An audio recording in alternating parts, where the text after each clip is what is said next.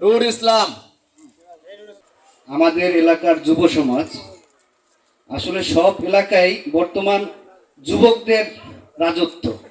বিগত কোন বছরে এই রকম আমাদের এলাকার জেনজি অর্থাৎ যুব সমাজে দোয়া করব এবং সকলকে দোয়া করতে এবং সহযোগিতা করার জন্য আমি অনুরোধ করছি।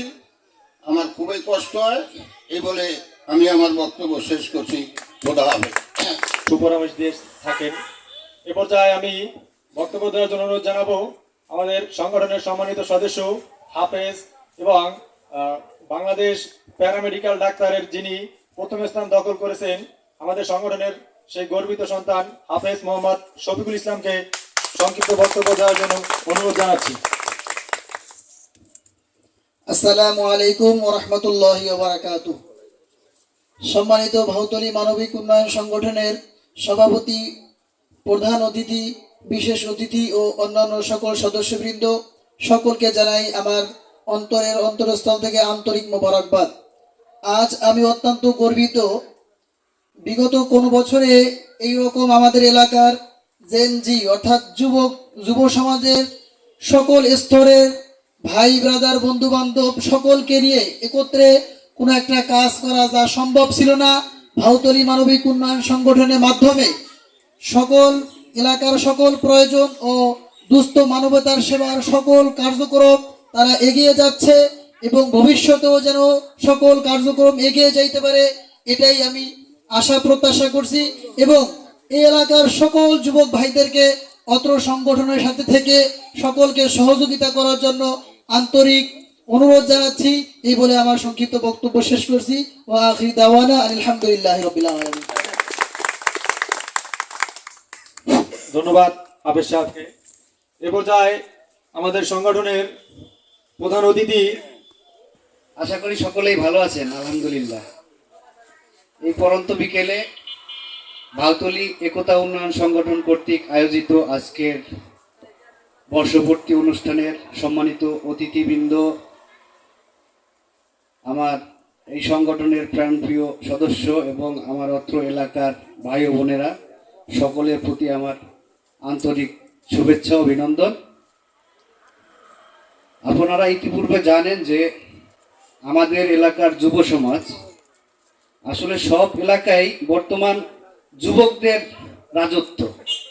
যুব সমাজের হাতে এখন দেশ, পৃথিবী চলে এখন যুব সমাজের নেতৃত্বে। আর এই আমাদের আগামী ভবিষ্যৎ প্রজন্ম গড়ার জন্য যদি সঠিক দিক নির্দেশনা এবং ভালো যুব সমাজের নেতৃত্ব সামনে আসে, আমাদের সমাজে বিপ্লব ঘটবে, এটা আমরা আশা করি। তো এই সংগঠনের শুরুর কিছু কথা আমি আপনাদের সামনে শেয়ার করতে চাই, আশা করি আপনারা বিরক্ত হবেন না। গত বছরের এই রকম সময়ে আমার কাছে একটা প্রস্তাব আসলো যে আমার এলাকার ছোট ভাইয়েরা প্রস্তাব দিল যে ভাই আমরা তো এরকম একটা সংগঠন করতে চাই। তো আমি জানতে চাইলাম কিরকম সংগঠন। এটা আমার অন্তরের কথা, কেউ ডিস্টার্ব ফিল করবেন না। কিরকম সংগঠন? বললো যে আমরা মানুষের সেবায় কাজ করতে চাই। তো আমি তখন চিন্তা করলাম যে করোনার সময় আমরা দেখছি যে মানুষের পরিস্থিতি কি, কেউ কাউকে কিন্তু উপকার করতে চাইলেও পারে নাই। মানুষ ছিল বিচ্ছিন্ন, সমাজ থেকে বিচ্ছিন্ন, রাষ্ট্র থেকে বিচ্ছিন্ন, এমনকি পরিবার থেকেও বিচ্ছিন্ন। আপনারা জানেন সোশ্যাল মিডিয়ার কল্যাণে আমরা দেখেছি যে ঘরের ভিতরে করোনার রোগী মরে পড়ে রয়েছে, কিন্তু কেউ খোঁজ খবর নেয় নাই। বাবার মৃত্যুতে সন্তান সামনে আইসা দাফন করে নাই, জানাজায় শরীক হয় নাই। এরকম অনেক জানাজাবিহীন লোকও দাফন হয়েছে। এই আধুনিক বিশ্বে আমরা যাদেরকে ফলো করি, যাদেরকে আদর্শ মনে করি, সেই পশ্চিমা বিশ্ব ধন সম্পদে টইটুম্পুর ছিল। তাদের অবস্থা আমরা দেখেছি যে আল্লাহ কি না পারেন।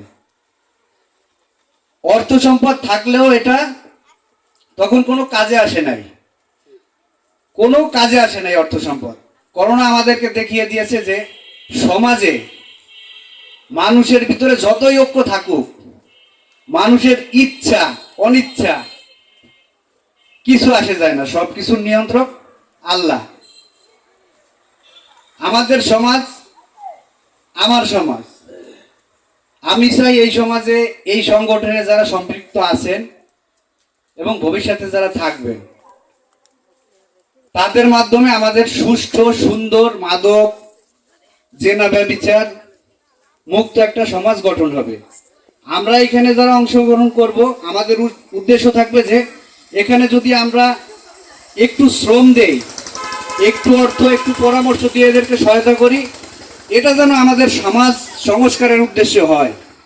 আর এটা যদি হয়, ভালো একটা সমাজ আমাদের সামনে যদি আসে, আমরা যদি পাই, আমরা আশা করব যে এই সুস্থ সমাজে আমাদের করি হয় কিন্তু বিড়ি সিগারেটের মাধ্যমে।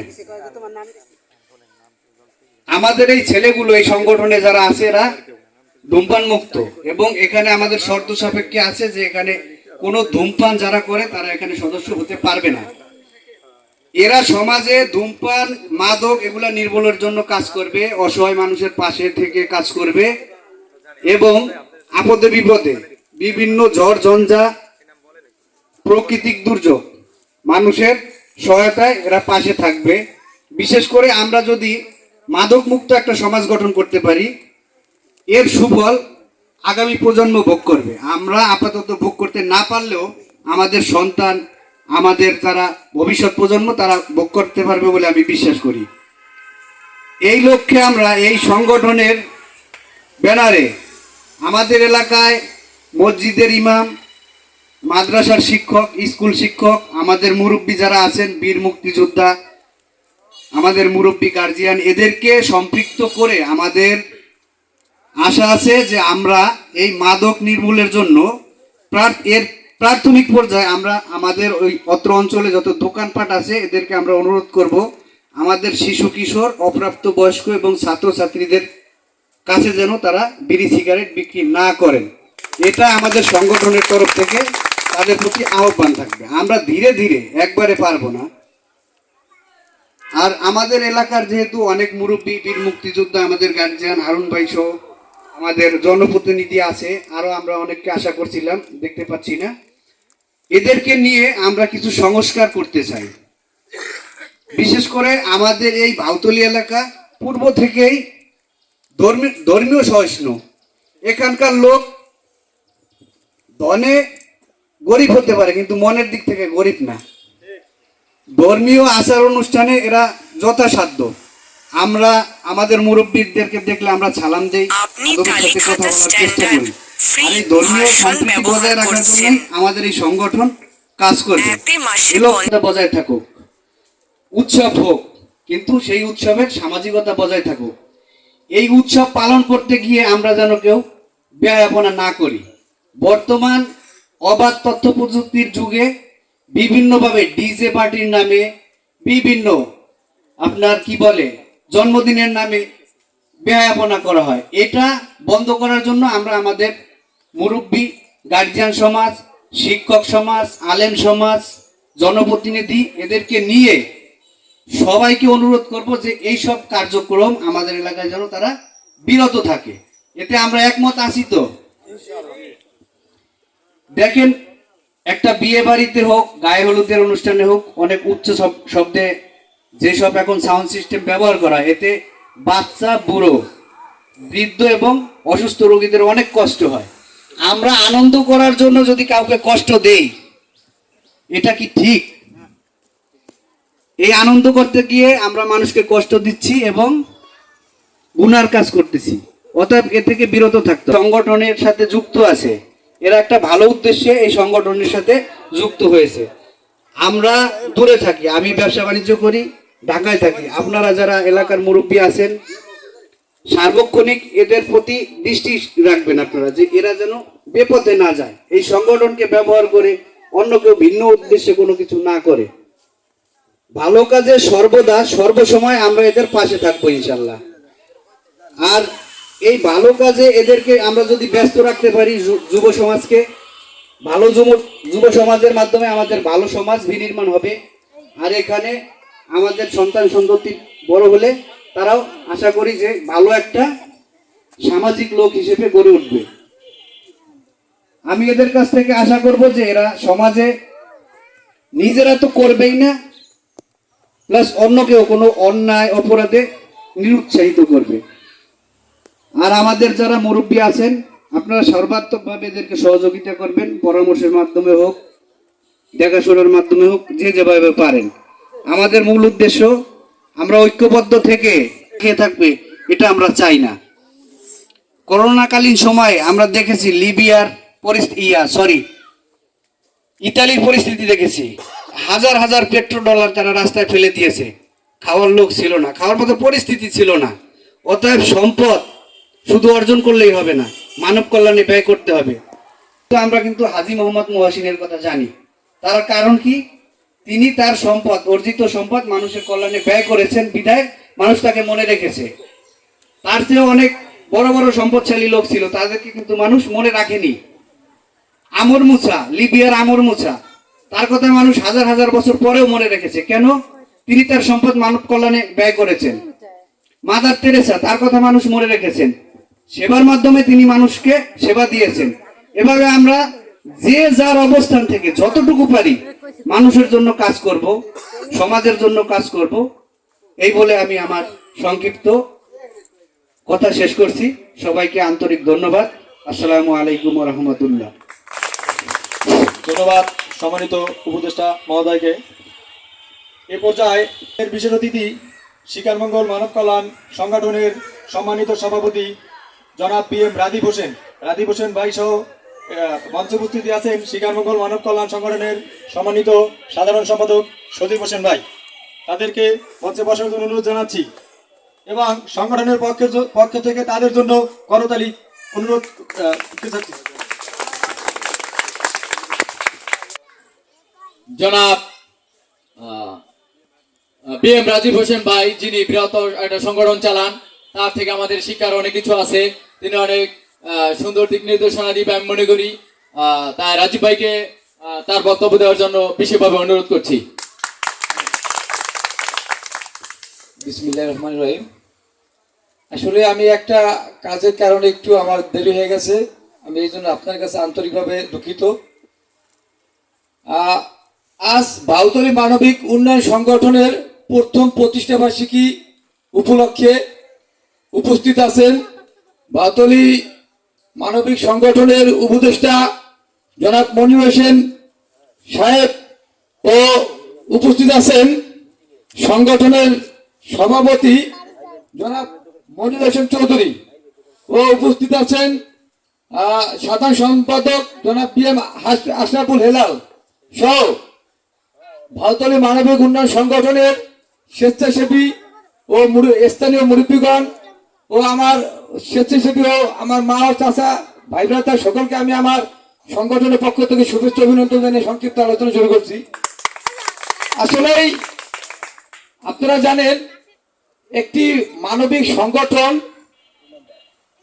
আজকে এই সংগঠনটি হয়তো অনেকেই চিনেন, আবার অনেকে হয়তো চিনেন না, কিন্তু এই সংগঠনটি এই একটি বছর যে কাজগুলো করেছে, আপনারা যারা অবগত আছেন এদের কাজ সম্পর্কে, এই মানবিক সংগঠন কাজ করতে গেলে দেখা যায় একজন স্বেচ্ছাসেবী ভাইরা যারাই কাজ করে তারা কিন্তু বিনা পারিশ্রমিকে কাজ করে।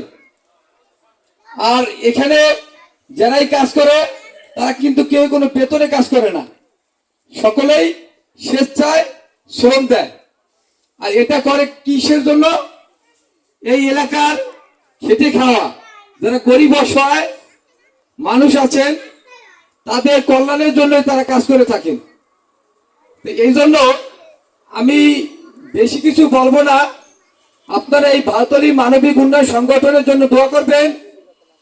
এই সংগঠনের সভাপতি, সাধারণ সম্পাদক, উপদেষ্টাবৃন্দ ও স্বেচ্ছাসেবী ভাইবৃন্দরা যারা উপস্থিত আছেন প্রত্যেকের জন্য আপনারা দোয়া করবেন। তারা যেন বিগত একটি বছর যেভাবে উন্নয়নমূলক কাজ করেছে আপনাদের এই ইউনিয়নে বা এই অঞ্চলে, এভাবে আগামীতেও যেন আরো সুন্দর সুন্দর কাজ করতে পারে, এই জন্য আপনারা তাদের জন্য দোয়া করবেন। আপনারা জানেন, এই আমার শিকারমঙ্গল মানব কল্যাণ সংগঠন কালকিনি ডাসার উপজেলা নিয়ে আমরা কাজ করি। শুধু কালকিনি ডাসার না, দক্ষিণবঙ্গের ভিতর বিভিন্ন জায়গায় আমরা কাজ করি, সহ সারা বাংলাদেশে আমরা কাজ করি। এই সংগঠনের এই হেলাল আমাদের সংগঠনের সাথে জড়িত আছেন। এর মাধ্যমে এই কাজীবাকা ইউনিয়নে আমরা অনেক মসজিদ মাদ্রাসা দান করেছি এবং আমরা আগামীতেও এই শিকারনগর মানবপালা সংগঠনের মাধ্যমে আমরা প্রতি বছরে কোটি কোটি টাকা মসজিদ মাদ্রাসা স্কুল কলেজ গরিব সাথে দান করে থাকি।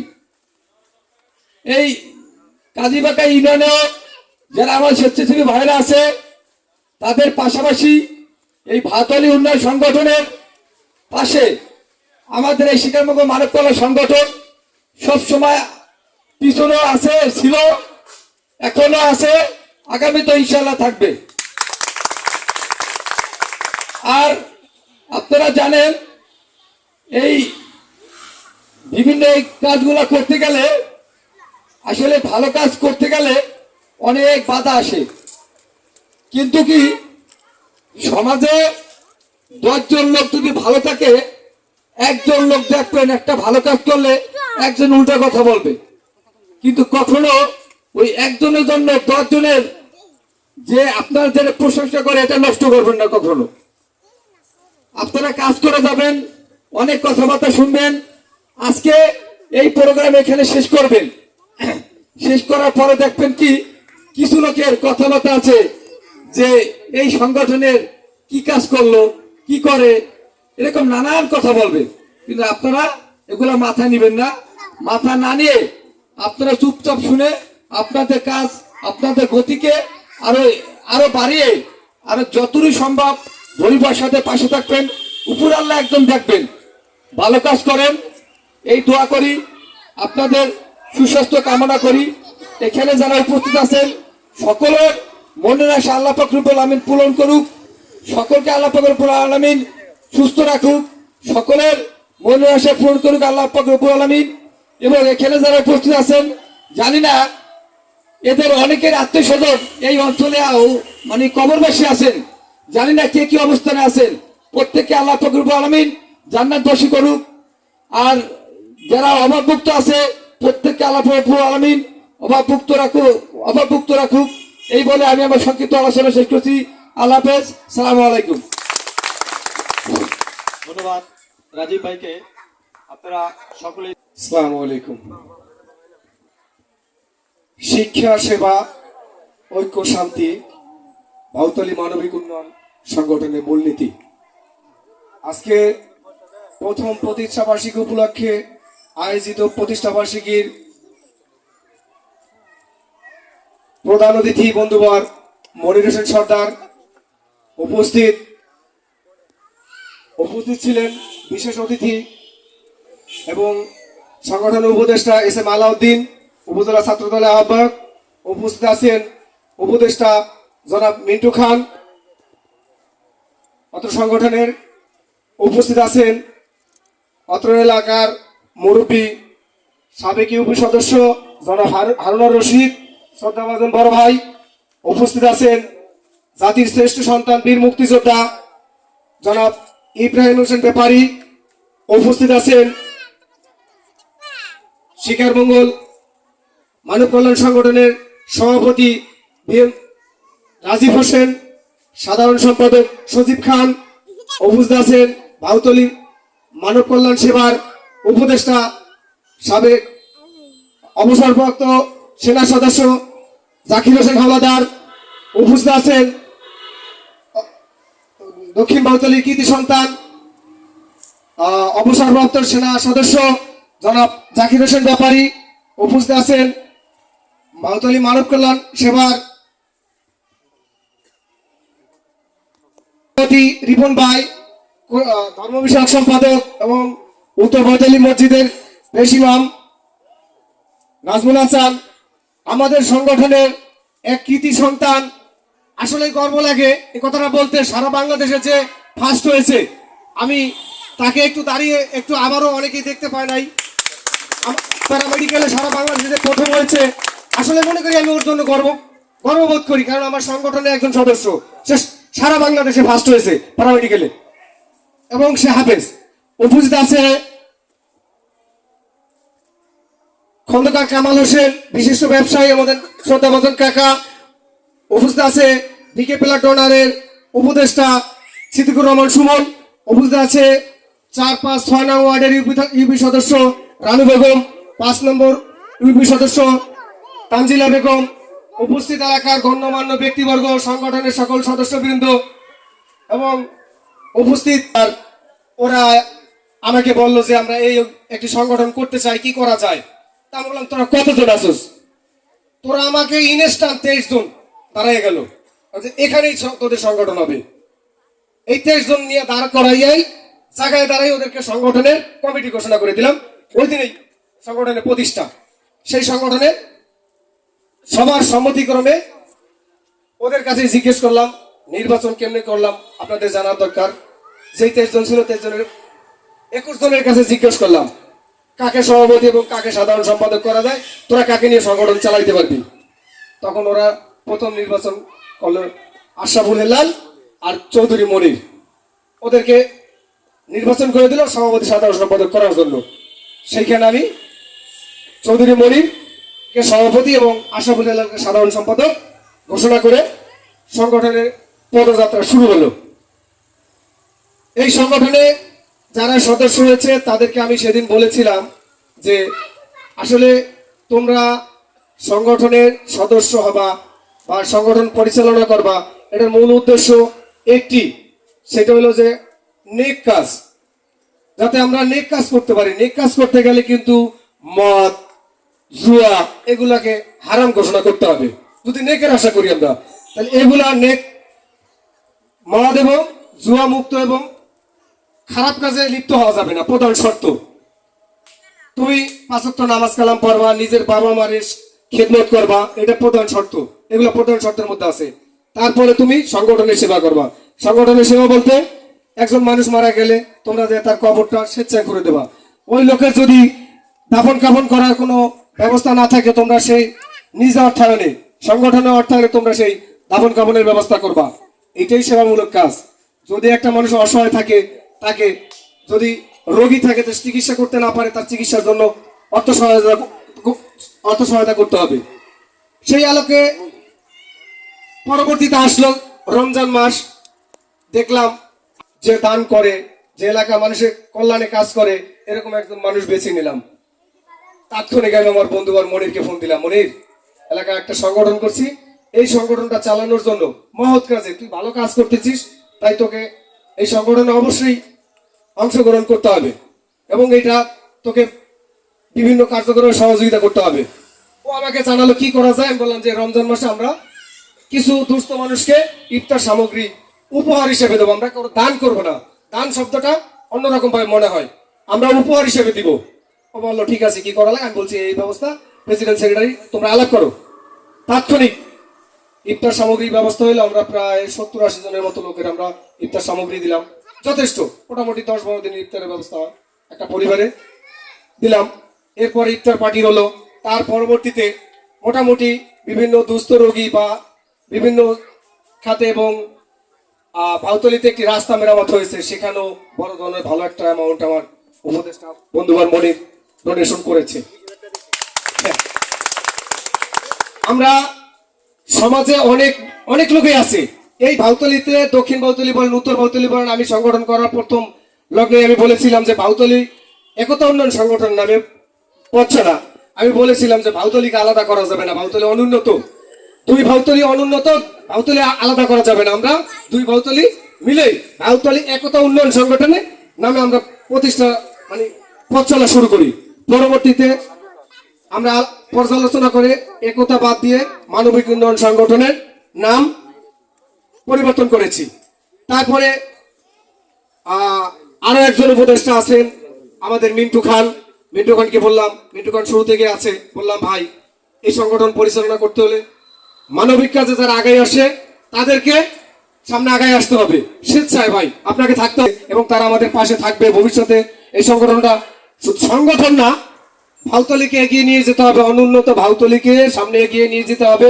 আজকে যারা মুরব্বী আছে যারা সংগঠন সদস্য, সকলকে আহ্বান জানাবো, প্রত্যেকের ভাই বেরাদার স্ত্রী সন্তান যারা আছে, আজকে শিক্ষার দিকে না আগাতে পারলে কিন্তু আমরা আগাতে পারবো না। শিক্ষার দিকে আমরা পিছিয়ে আছি।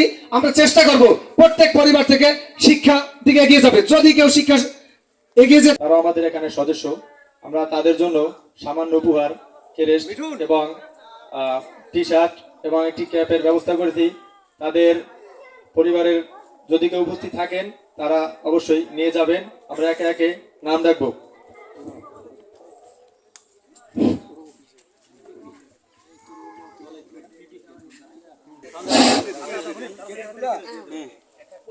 আমরা প্রথমেই নাম ঘোষণা করছিলাম বাদল সর্দার, তার উপহার গ্রহণ করবেন তার মা মোহাম্মদ হারুন। এরপরে আমাদের উপহার গ্রহণ করবেন মোহাম্মদ শাহুন ইসলাম। শাহুন ইসলামের বাবা সেনা সদস্য। এরপরে আসবে মোহাম্মদ রাব্বি ব্যাপারী। রাব্বি ব্যাপারীর